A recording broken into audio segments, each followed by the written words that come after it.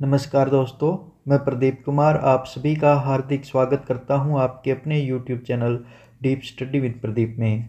और अचटेट में जो 30 नंबर की मनोविज्ञान आता है CDP, उसके लिए भी हमने क्लासें शुरू की थी। तो उसमें हमने पिछली क्लास में अधिगम के डोमेन्स यानी कि अनुक्षेत्र और ट्रांसफ़र ऑफ लर्निंग अधिगम का स्थानांतरण पढ़ा था। और आज की क्लास में हम उसी को आगे बढ़ाते हुए अधिगम के कुछ सिद्धांत है जिसमें हम आज थोर्नडाइक का सिद्धांत पढ़ेंगे।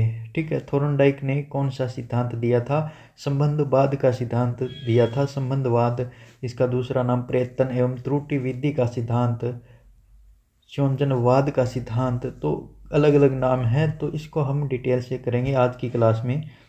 तो थोर्नडाइक जो है, इन्होंने 1898 में PhD शोध प्रबंधन जिसका शीर्षक एनिमल इंटेलिजेंस के अंतर्गत अधिगम के सिद्धांतों की खोज की थी।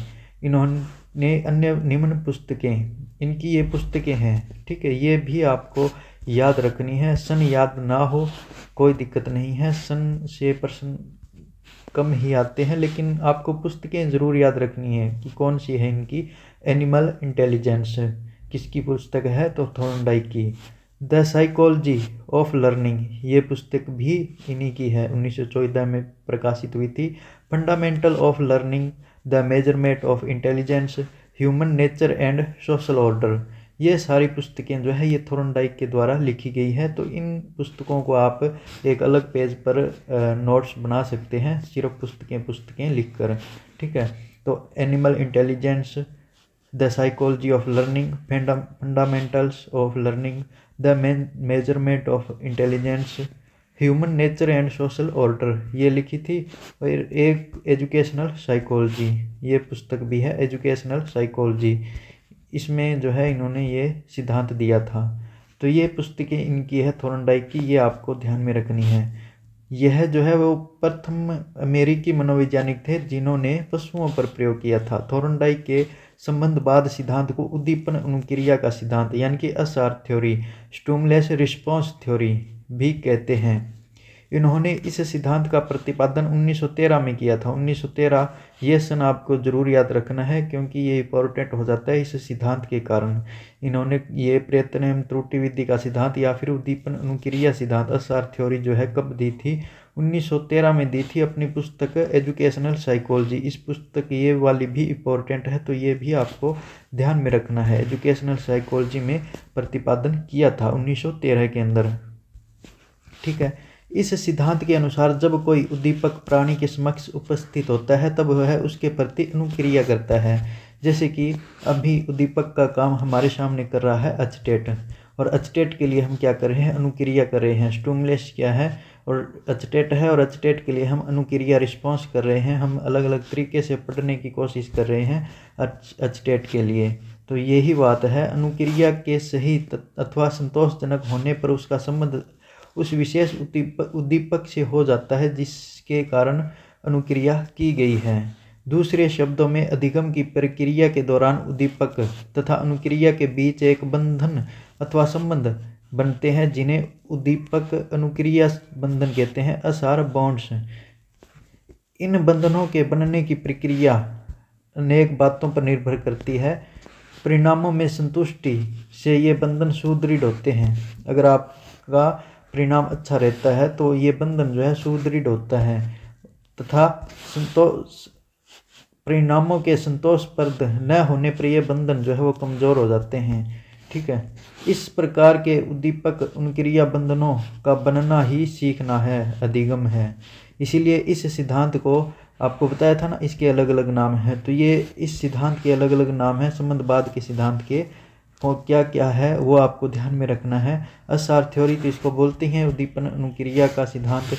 संबंधवाद या फिर बंध के सिद्धांत के नाम से भी इसे पुकारा जाता है। इसे आवर्ती का सिद्धांत भी कहा जाता है, प्रयत्न एवं भूल का सिद्धांत भी कहा जाता है, चयन का सिद्धांत भी कहा जाता है, प्रयास व त्रुटि का सिद्धांत भी इसे कहा जाता है। इस सिद्धांत को ही परिश्रम एवं धैर्य का सिद्धांत कहा जाता है। योजनावाद का सिद्धांत, हर्ष व दुख का सिद्धांत भी इसे कहा जाता है। ठीक है, प्रोफेसर वुडवर्थ के अनुसार प्रयास और भूल की प्रक्रिया में किसी समस्या को हल करने के लिए पहले कुछ उपाय किया जाता है जो प्राय सफल नहीं होता, फिर दूसरा उपाय करके मनुष्य समस्या के वास्तविक हल तक पहुंच जाता है। बार बार जो है अभ्यास करने से ही हमें सफलता प्राप्त होती है। अगर एक बार में एचटेट नहीं हुआ तो दोबारा उससे अधिक अलग तरीके से तैयारी करके हम एचटेट पास कर सकते हैं। उद्दीपक वह वस्तु या स्थिति जो किसी भी व्यक्ति को कार्य करने के लिए प्रेरित करती है उसे उद्दीपक कहते हैं। जैसे हम एचटेट हैं, हमारा लक्ष्य क्या है, एचटेट पास करना है, तो एचटेट पास करने के लिए हमें कार्य करने के लिए प्रेरित कर रहा है एचटेट, वो क्या है, वो उद्दीपक है। जैसे भोजन, पानी, लक्ष्य, तो उसके लिए हम क्या कर रहे हैं, रिस्पॉन्स कर रहे हैं। स्टिमुलस उद्दीपक क्या है, एचटेट है, उसके लिए रिस्पॉन्स कर रहे हैं, अनुक्रिया कर रहे हैं। अनुक्रिया क्या कर रहे हैं, हम पढ़ रहे हैं उसको, एचटेट को क्लियर करने के लिए, ठीक है। और ये पीडीएफ आपको टेलीग्राम और व्हाट्सएप ग्रुप पर डाल दी जाएगी 2 दिन बाद, क्योंकि अगर साथ के साथ डालूंगा तो आप अगर इस वीडियो को देखने के बाद उसे ज्वाइन करते हैं व्हाट्सएप ग्रुप को तो वो आपको नहीं मिल पाएगी, क्योंकि वो पहले डल चुकी है। तो 2 दिन बाद आपको हर पीडीएफ ग्रुप पर आपको मिल जाएगी। और फिर भी आप अगर बहुत ज़्यादा लेट देख रहे हैं इस वीडियो को तो आप टेलीग्राम चैनल ज्वाइन कर लीजिएगा। वहाँ पर जो है वो पहले की पीडीएफ डाली हुई है वो आपको शो हो जाती है, ठीक है। तो दोनों के लिंक जो है नीचे डिस्क्रिप्शन में है। दीप स्टडी विद प्रदीप के नाम से ही है अपना व्हाट्सएप ग्रुप और टेलीग्राम ग्रुप, वहाँ पर आपको ये पीडीएफ मिल जाएगी, ठीक है। अनुक्रिया, उद्दीपक के अनुसार किया जाने वाला कार्य अनुक्रिया है। जैसे कि उद्दीपक क्या है, एचटेट है, उसके हिसाब से हम तैयारी कर रहे हैं तो वो क्या है, वो अनुक्रिया है। जैसे कि भोजन को खाना, पानी पीना आदि। थोर्नडाइक का प्रयोग, अब देखिए थोर्नडाइक ने किस पर प्रयोग किया था अपना। थोर्नडाइक एक अमेरिकी मनोवैज्ञानिक थे तथा इन्होंने बिल्लियों, चूहों, मछलियों तथा मुर्गियों के ऊपर अनेक प्रयोग करने के उपरांत सीखने का संबंधवाद यानी कि अधिगम का संबंधवाद अर्थात उद्दीपक अनुक्रिया सिद्धांत, एसआर थ्योरी इसको कहते हैं, तथा सीखने के नियमों, अधिगम के नियम भी दिए हैं ना इसने, थोर्नडाइक ने, इनका प्रतिपादन किया। 3 तो मुख्य नियम दिए हैं और 5 गौण नियम दिए हैं, ठीक है। अभ्यास का नियम, रेडीनेस यानी कि तत्परता का नियम, अभ्यास का नियम और प्रभाव का नियम, ये 3 मुख्य नियम दिए थे और 5 गौण नियम दिए थे, उनको भी हम पढ़ेंगे अभी। तो थोर्नडाइक का मुख्य प्रयोग था एक भूखी बिल्ली के ऊपर, ठीक है। उसने एक भूखी बिल्ली को एक पिंजरे के अंदर बंद कर दिया जिसका दरवाजा एक लीवर को दबाने से खुलता था, यानी कि एक बटन लगा दिया, लीवर जिसको बोल दिया गया, तो उसको दबाने से खुलता था। पिंजरे के बाहर एक तस्तरी में खाना यानी कि मांसांश खाना इस प्रकार से रख दिया कि बिल्ली खाने को देखकर वह सूंघ सके तथा खाना प्राप्त करने के लिए पिंजरे से बाहर आने के लिए प्रयास करें। पिंजरे में भूखी बिल्ली को बंद करने पर बिल्ली ने पिंजरे में इधर उधर दौड़ लगाई। आपको पता ही है, बिल्ली को अगर खाना दिखेगा और वो अगर बंद है तो वो इधर उधर दौड़ लगाई। उसने खाना क्या है, उसके लिए एक स्टिमुलस का काम कर रहा था, ठीक है। उसके लिए वो रिस्पॉन्स कर रही थी, इधर उधर घूम रही थी पिंजरे में ताकि उसे खाना मिल जाए। दौड़ लगाई तथा अपने पंजों व मुँह से पिंजरे की छड़ों व डोरी को खींचा व काटने का प्रयास किया तथा अंत में वह अनजाने में ही लीवर को दबाने में सफल हो गई। उसको पता नहीं था ये लीवर का बटन दबाने से जो है दरवाज़ा खुल जाएगा, लेकिन वो क्या है, उसने प्रयत्न करती रही, वो बार बार प्रयास करती रही। फिर वो क्या है, उसके बाई चांस बटन पर पंजा दब गया और वो दरवाज़ा खुल गया, जिससे पिंजरे का दरवाज़ा खुल गया। बिल्ली ने बाहर आकर भोजन खा लिया। थोर्नडाइक ने शीघ्रता से ही दूसरे प्रयास के लिए बिल्ली को पुनः पिंजरे में बंद कर दिया। इस बार बिल्ली पहले से थोड़ा जल्दी लीवर को दबाकर पंजे का दरवाज़ा खोलने में सफल हो गई, क्योंकि उससे क्या है, वो बार बार प्रयत्न किया उसने, तो उसको एक्सपीरियंस हो गया, उसे उसके समझ में आ गया कि इस लीवर के बटन को दबाने से ही दरवाज़ा खुलेगा। तो वो ऐसे बार बार प्रयास करती रही।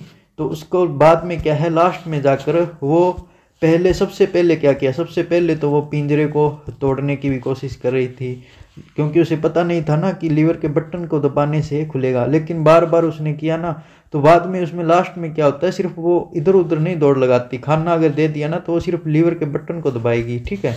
तो इसी प्रकार से थॉर्नडाइक ने दूसरे प्रयास के लिए बिल्ली को पुनः पिंजरे में बंद कर दिया। इस बार बिल्ली पहले से थोड़ा जल्दी लीवर को दबाकर पिंजरे का दरवाजा खोलने में सफल होगी। थॉर्नडाइक ने देखा कि कुछ प्रयासों के बाद बिल्ली अनावश्यक तथा अवांछित क्रियाओं को कम करने लगे एवं शीघ्रता से लीवर को दबाकर पिंजरे का दरवाजा खोलने में निपुण हो गई।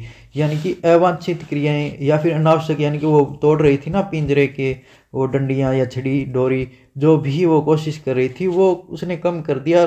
बाद में लास्ट में बार बार प्रयत्न करने पर सिर्फ वो लीवर का बटन दबाकर ही खोलने में पिंजरे का दरवाजा निपुण हो गई।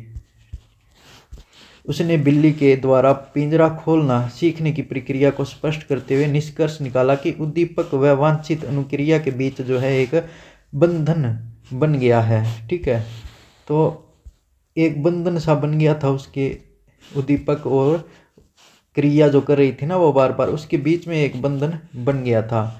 थॉर्नडाइक के ये देखिए आप यहाँ पर इस प्रकार से था वो कुछ। ठीक है, ये पिंजरे में बिल्ली को बंद कर दिया, यहाँ पर खाना रख दिया, ये बटन था जिससे दरवाज़ा खुल रहा था, तो ये इस प्रकार से था, बिल्ली पर प्रयोग किया था। ठीक है, थॉर्नडाइक ने बिल्ली के द्वारा सीखने की प्रक्रिया का विश्लेषण किया तथा सीखने के लिए दो महत्वपूर्ण बातों पर जोर दिया। ठीक है, कौन कौन सी है? एक तो बिल्ली भूखी होनी चाहिए, अर्थात सीखने के लिए प्रेरणा का होना आवश्यक है। प्रेरणा क्या है? भूखी थी इसीलिए वो कर रही थी, प्रयत्न कर रही थी दरवाज़ा खोलने का। अगर बिल्ली को भूख ही नहीं थी तो उसके सामने खाना पड़ा रहे चाहे, वो क्यों उसको बार बार खोलने का प्रयत्न करेगी? बिल्ली की भूख को संतुष्ट करने के लिए भोजन का होना जरूरी था जो उसके लिए पुनर्बलन का कार्य कर सके। दूसरे शब्दों में सीखने के लिए पुनर्बलन केंद्रीय तत्व है तथा अनुक्रिया का संतोषजनक परिणाम ही उद्दीपक अनुक्रिया बंधन को सुदृढ़ करता है। यानी कि सीखने के लिए जो है पुनर्बलन केंद्रीय तत्व तथा अनुक्रिया का संतोषजनक परिणाम, आप जो रिस्पॉन्स कर रहे हैं अगर आपको उसमें सफलता मिलती है तभी आप जो है स्टिमुलस रिस्पॉन्स बंधन जो है वो सुदृढ़ कर सकते हैं। ठीक है, जैसे कि अभी पिंजरे में बंद भूखी बिल्ली तथा पिंजरे के बाहर का भोजन, बिल्ली ने क्या किया? रिस्पॉन्स किया। सबसे पहले क्या किया? मतलब प्रयत्न करती रही वो बार बार बिल्ली द्वारा पिंजरे में उछल कूद मचाना। सबसे पहले रिस्पॉन्स, अगर पहली बार वो कर रही है तो उसने पिंजरे में उछल कूद करी, इधर उधर घूमी वो। फिर दोबारा जब उसके सामने खाना दिया गया तो बिल्ली द्वारा पिंजरे की सलाखों को हिलाना। ठीक है, सलाखों को हिलाना। फिर बिल्ली द्वारा सलाखों के बीच से निकलने की असफल कोशिश, लेकिन अंत में जो है वो क्या है? बिल्ली द्वारा पिंजरे को खोलने वाले लीवर के बटन को दबाना और बाहर निकलकर भोजन प्राप्त करना। लास्ट में जो है वो बार बार प्रयास करने से जो है उसे सफलता प्राप्त हो गई थी। इसी कारण से इसे प्रयास एवं त्रुटि विधि का सिद्धांत कहा जाता है। ठीक है, असआर बंधन, उद्दीपक तथा संतोषप्रद अनुक्रिया के मध्य जो है एक बंधन बन जाता है। प्रयोग के चरण, 3 चरणों में प्रयोग को बताता है यह प्रयोग। प्रयास करना, असफल होना। अब अगर आप प्रयास करेंगे तो असफल भी होंगे और फिर से आप अगर प्रयास करेंगे तो जब तक सफलता नहीं मिलती तब तक आप प्रयास करते रहें और बाद में आपको सफलता जरूर मिलेगी। तो थॉर्नडाइक ने 3 मुख्य नियम भी दिए थे और 5 गौण नियम। अधिगम के सीखने के मुख्य नियम 3 हैं। किसने दिए थे? सीखना यानी कि अधिगम के नियम थॉर्नडाइक ने दिए थे। अधिगम के नियम, मुख्य नियम 3 दिए थे और 5 जो है गौण नियम दिए थे। तो मुख्य नियम पहला कौन सा है? तत्परता का नियम, लॉ ऑफ रेडीनेस। इस नियम का तात्पर्य यह है कि हम किसी कार्य को सीखने के लिए तैयार या तत्पर होते हैं तो हम उसे शीघ्र ही सीख लेते हैं। अगर आगे उदाहरण में आप अच्छे से समझ पाएंगे। भाटिया के अनुसार तत्परता या किसी कार्य के लिए तैयार होना युद्ध को आधा विजय कर लेना है। अगर हम किसी काम को करने के लिए तैयार हो गए ना तो वो आधा युद्ध विजय प्राप्त कर लेना ही है एक प्रकार से। 1935 में थॉर्नडाइक ने अपनी पुस्तक the psychology of events, interest and attitude में तत्परता के स्थान पर आवश्यकता, रुचि एवं अभिरुचियों पर बल दिया था। जैसे कि ये प्रश्न आया हुआ है अभी 2022 के एचटेट में आया था। ठीक है, कि ये थॉर्नडाइक के किस नियम पर आधारित है। तो ये एक डेफिनेशन सी दी थी उन्होंने, एक उदाहरण दिया था कि एक घोड़े को पानी पिलाने के लिए, घोड़े की जगह वहाँ पर शायद गधा होगा, कंफर्म याद नहीं है, लेकिन ये प्रश्न आया था अभी 2022 के एचटेट में आया था। एक घोड़े को पानी पिलाने के लिए ज़बरदस्ती तालाब तक तो ले जाया जा सकता है, परंतु उसे पानी पिलाने के लिए बाध्य नहीं किया जा सकता। जब घोड़ा पानी पीने के लिए तत्पर होगा तभी वह तालाब से पानी पिएगा। तो यह जो है ये थॉर्नडाइक के किस नियम पर आधारित है, तो ये किस पर है, ये तत्परता का नियम इस पर आधारित है। ठीक है। एक बच्चे को क्रिकेट खेलना नहीं सिखाया जा सकता, क्योंकि वह स्वयं की इच्छा से जब तक उस खेल को खेलने के लिए तत्पर नहीं हो जाता तब तक वह क्रिकेट नहीं खेल सकता। जब तक आप रेडी नहीं हो किसी काम को करने के लिए तो वो काम आप नहीं कर सकते। उसके लिए आपको क्या है, सबसे पहले रेडी होना चाहिए, रेडी होना पड़ेगा। ठीक है। परीक्षा की बहुत सारी बुक रखी है, वैकेंसी आ रही है, सब पढ़ने के लिए भी कह रहे हैं, लेकिन बालक बुक्स को खोलकर नहीं पढ़ता क्योंकि अभी वह पढ़ने के लिए तत्पर या फिर तैयार नहीं है। आपको किसी भी काम को करने के लिए सबसे पहले क्या है, तैयार होना पड़ेगा। 1-2 वर्ष के बालक को जोड़ बाकी गुणा भाग नहीं सिखाया जा सकता, क्योंकि तत्परता का संबंध परिपक्वता से होता है। ठीक है। यह था अपना पहला नियम, तत्परता का नियम, थॉर्नडाइक के द्वारा दिया गया। मुख्य नियम 3 है, जिसमें पहला है तत्परता का नियम, दूसरा है अभ्यास का नियम। ठीक है, लॉ ऑफ एक्सरसाइज। इसे उपयोग व अनुपयोग का नियम भी कहते हैं, इसे उपयोग व अनुपयोग का नियम भी कहते हैं। अभ्यास का नियम का अर्थ किसी क्रिया को बार बार दोहराने से दृढ़ होना है। मनुष्य जो है अभ्यास ही जो है मनुष्य को दक्ष बना देता है। Practice make a man perfect, यानी कि परफेक्ट बनने के लिए आप बार बार अभ्यास करेंगे तभी उस चीज़ में आप परफेक्ट हो पाएंगे। इसीलिए कहा भी गया है, करत करत अभ्यास ते जड़मति होत सुजान, रसरी आवत जात ते सील पर पड़त निशान। अर्थात अभ्यास करते रहने से मूर्ख व्यक्ति भी विद्वान बन जाता है। ठीक वैसे ही जैसे कुएं की जगत, यानी कि कुएं के चारों ओर का चबूतरा बार बार रस्सी आने जाने से निशान उस पर पड़ जाते हैं। अभी जो है बार बार आप अभ्यास करेंगे, यानी जब पहली बार गाड़ी चलाना सीख रहे थे तो आप गर्दन भी इधर उधर नहीं हिला पाते थे, लेकिन जब आप बार बार आपने अभ्यास किया, लेकिन आप परफेक्ट बन गए अभ्यास करने से, तो एक जब ड्राइवर गाड़ी चलाता है तो पास वाले व्यक्ति से भी बात करता है और ब्रेक गियर आदि का भी सही उपयोग करके गाड़ी सही से चलाता है, क्योंकि उसे गाड़ी चलाने का सही अभ्यास हो गया है और वह स्थायी ज्ञान की प्राप्ति उसे हो गई है अभ्यास के द्वारा। ठीक है। तो वो पहले क्या है, आप गर्दन में इधर उधर नहीं कर सकते थे, लेकिन बाद में आपने उसकी ड्राइविंग के लिए प्रैक्टिस की, अभ्यास किया, तो बाद में आप कान के फ़ोन लगाकर भी आप जो है गाड़ी ड्राइविंग कर रहे हैं, इधर उधर बात करते हुए भी ड्राइविंग अच्छे से कर रहे हैं, क्योंकि वो आपका जो है अभ्यास हो गया है। ठीक है। प्रैक्टिस या जो है आप परफेक्ट हो गए हैं, उसमें दक्षता प्राप्त कर चुके हैं आप। नृत्य करना, साइकिल चलाना, किसी कविता को बार बार दोहराना व अध्यापक के कहने पर अपने आप कविता को सुनाना आदि अभ्यास द्वारा सीखने के उदाहरण हैं। अगला नियम है तीसरा, प्रभाव व परिणाम का नियम।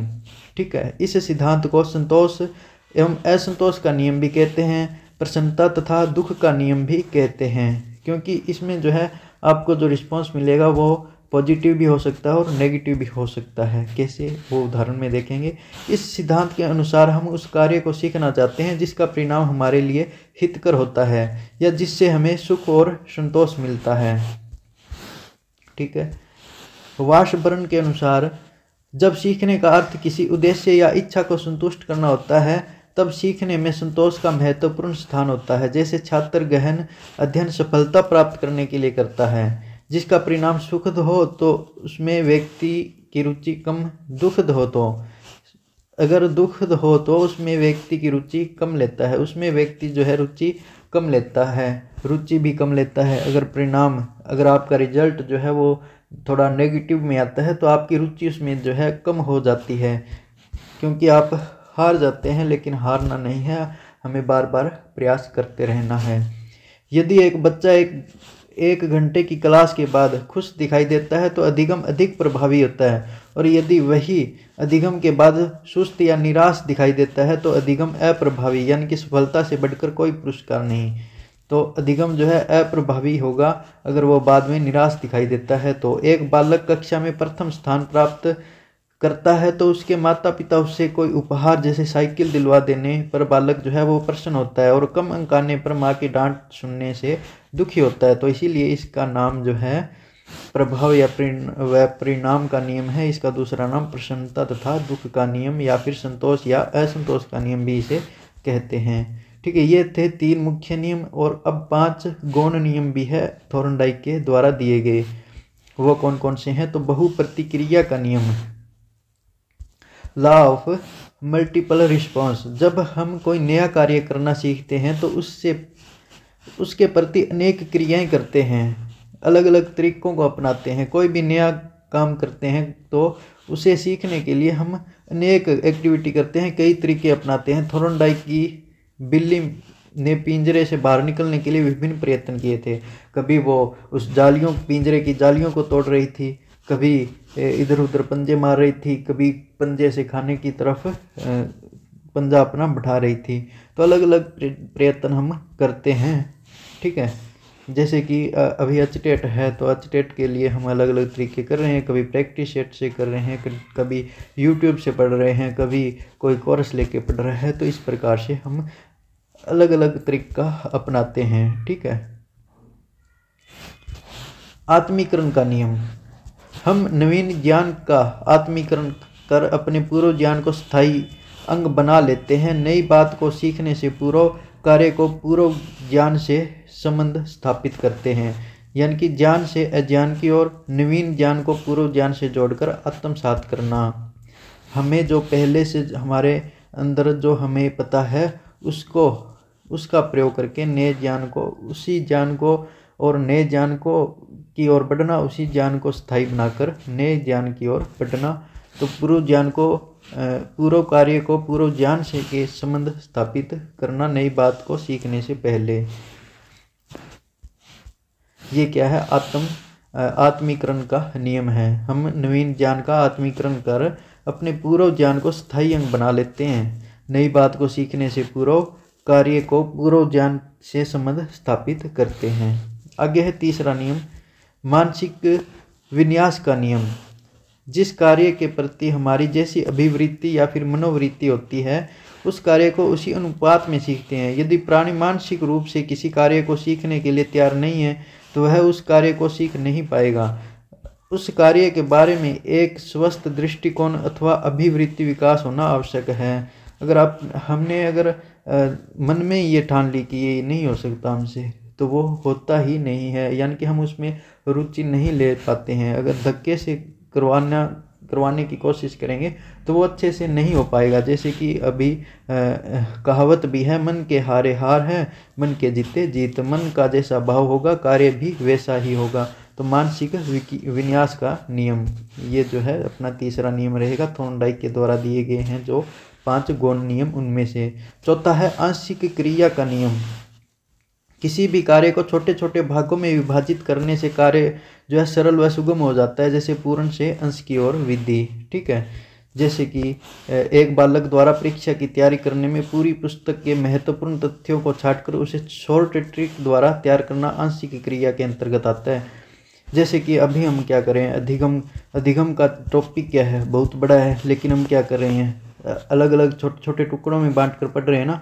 सबसे पहले हमने वो मतलब डोमिन्स और ट्रांसफ़र किया। अभी आज हम कर रहे हैं अधिगम के सिद्धांत में थॉर्नडाइक का, कल अगर हम करेंगे पेवलोव का सिद्धांत, स्किनर का सिद्धांत। तो अलग अलग छोटे छोटे टुकड़ों में कर रहे हैं ना, तो वो क्या होता है, वो आंशिक क्रिया का नियम कहलाता है। किसी कार्य को छोटे छोटे भागों में विभाजित करने से कार्य जो है सरल व सुगम हो जाता है, जैसे पूर्ण से अंश की ओर। एक बालक द्वारा ये बता ही दिया आपको, आप जो है अपनी महत्वपूर्ण टॉपिक जो है छोटे छोटे टुकड़ों में बांटकर पढ़ रहे हैं एचटेट के लिए, तो वो क्या है, वो आंशिक क्रिया का नियम है। आगे है 5वां नियम, साहचर्य परिवर्तन का नियम। इस नियम का अर्थ पहले कभी की गई क्रिया, पहले जो आपने कोई भी काम किया है उसी समान दूसरी स्थिति में करना, उसे अनुक्रिया का नियम भी कहा जाता है। शास्त्रीय परिवर्तन के नियम को अनुकूल अनुक्रिया का नियम भी कहा जाता है। जो आपने पहले कोई काम किया है उसी समान दूसरी स्थिति में करना। जैसे कि एक माँ है जिसका पुत्र उससे दूर चला गया तो उसकी अनुक्रिया रोना हुई, कुछ समय बाद वह उसकी तस्वीर देखकर फिर से रोने लगती है। तो वो ये क्या है, अनुकूल अनुक्रिया। जब शास्त्रीय परिवर्तन का नियम या फिर अनुकूल अनुक्रिया का नियम, एक माँ है जिसका पुत्र उससे दूर चला गया लेकिन वो उसकी अनुक्रिया कभी रोना हुई, लेकिन कुछ समय बाद वह उसकी तस्वीर देखकर रो रही है, तो ये किसके अंतर्गत आएगा, तो ये शास्त्रीय परिवर्तन के अंतर्गत आएगा, अनुकूल अनुक्रिया का नियम। ठीक है, पहले की गई क्रिया है उसी के समान दूसरी स्थिति में करना। अगर पहले तो वो अलग उसके सामने से गया था ना दूर, तब उसकी अनुक्रिया रोना हुई माँ की, लेकिन दूसरी स्थिति क्या हुई, तस्वीर देखना, तो तस्वीर देखकर भी वो सेम अनुक्रिया हुई, क्या हुई, रोने लगती है। तो वो किस में आएगी, अनुकूल अनुक्रिया का नियम या फिर शास्त्रीय परिवर्तन का नियम। ठीक है, ये आपको ध्यान रखना है। अधिगम में प्रोत्साहन देकर वृद्धि की जा सकती है।